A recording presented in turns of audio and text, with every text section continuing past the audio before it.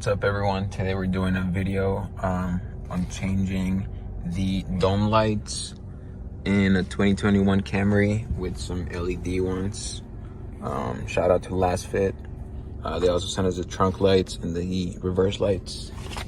They have really fast shipping. You got here in like 2 days, so definitely recommend.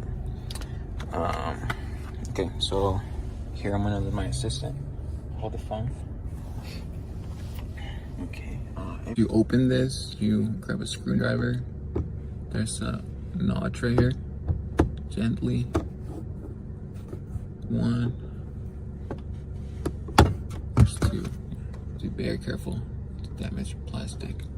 And then when you're in here, there is a tiny bulb. Okay, now we're gonna grab the L28. Open them.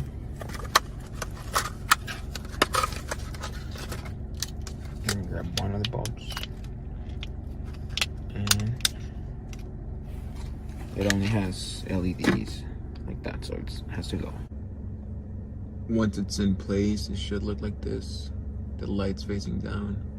And you can go ahead and test it. You just have to turn this on. Super bright and white. Okay, and after this, you can go ahead and put the cover back on. And the end result will look like this.